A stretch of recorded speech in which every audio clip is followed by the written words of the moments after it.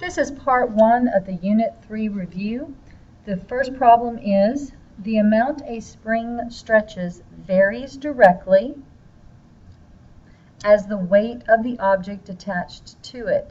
So the stretch, which is going to be a length, varies directly with the weight. It says if an 8-ounce weight stretches a spring 10 centimeters, how much weight will stretch it 15 centimeters? So our stretch is in centimeters, our weight is in ounces. So we set up a proportion. 10 centimeters gives me, an 8-ounce weight gives me a 10 centimeter stretch. So a 15 centimeter stretch will occur when I have X for my for my weight. So we go ahead and solving a proportion, we do our cross multiplication because we're going across the equal sign. So 10x is going to equal 120.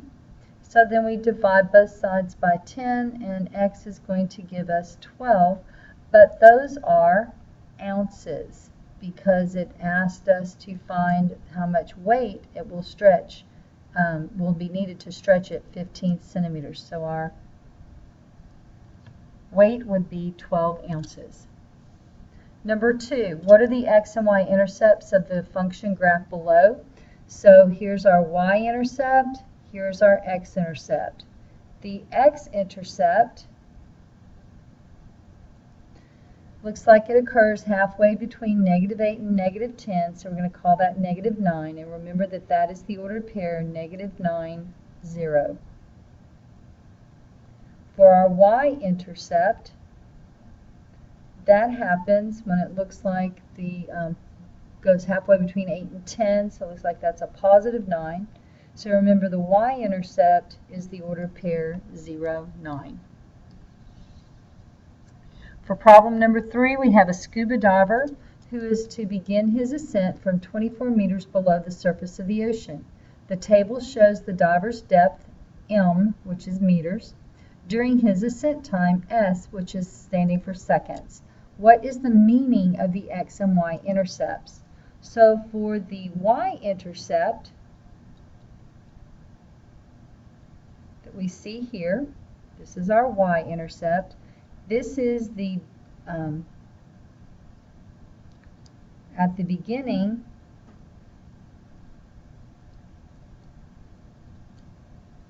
the diver was 24 meters below the surface.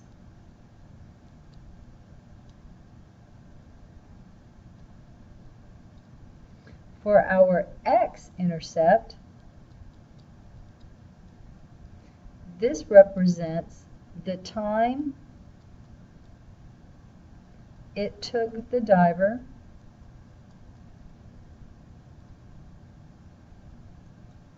to ascend 24 meters to the surface. And in fact, that was 12 seconds.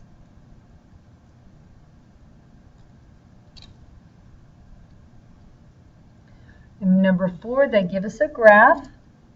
And it says the graph below illustrates the movement of a gondola down from a mountain. So we don't have a title, so we'll go ahead and title that Gondola Movement.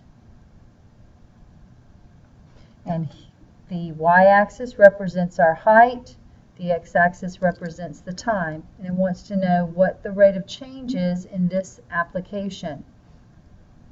So we just pick 2 points. I'm going to go ahead and pick the x and y intercepts, and I'm just going to count my change in y over my change in x. So this is counting by 100, so to get down here I would have to go down 1, 2, 3, 4, 5, 6, 7, 800. So I had a change in y of -800, and I had a change in x of 2, 4, 6, 8, 10, 12, 14, 16. So if I take -800 And if you go ahead and put that into alpha y equals, it will simplify for you, and your rate of change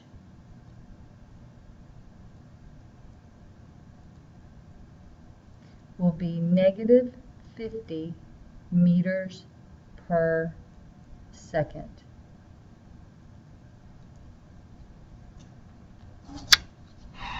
In problem number 5, we are looking at an arithmetic sequence. It says to find the 7th term in the sequence. This is the first term, second term, third term, fourth term. So now we have to decide how you get from negative 23 to negative 19. So negative 19 minus negative 23 is going to equal a positive 4. And that is the same difference that I get each time I go through. So my common difference is going to be 4. So my a sub 1 is negative 23. My common difference is positive 4. And I want to find the 7th term, so that means n is going to equal 7. Well, remember, to find the 7th term, what we're going to do is take the first term and add to it the common difference times 1 less than the number of terms that we have, because we already have the first term, so I need 6 more terms to get them all together. So a sub 7 is going to equal negative 23 plus 4 times 7 minus 1. So if you take your calculator and you just put that in there,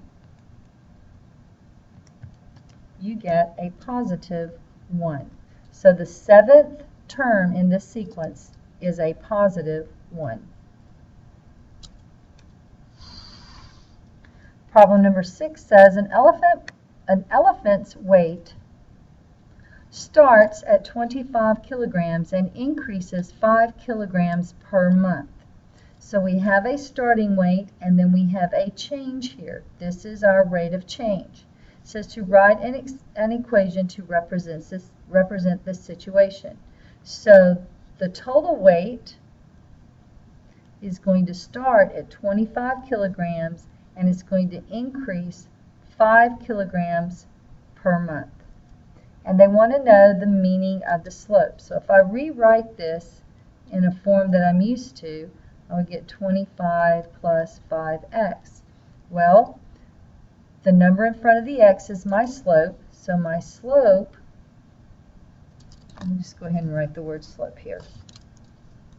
So my slope is 5 kilograms per month, and that means he gains 5 kilograms. Whoops. He gains 5 kilograms every month. Okay, so here is 1 through 6 on the Unit 3 review. And in our next video, we will take care of the back of the page.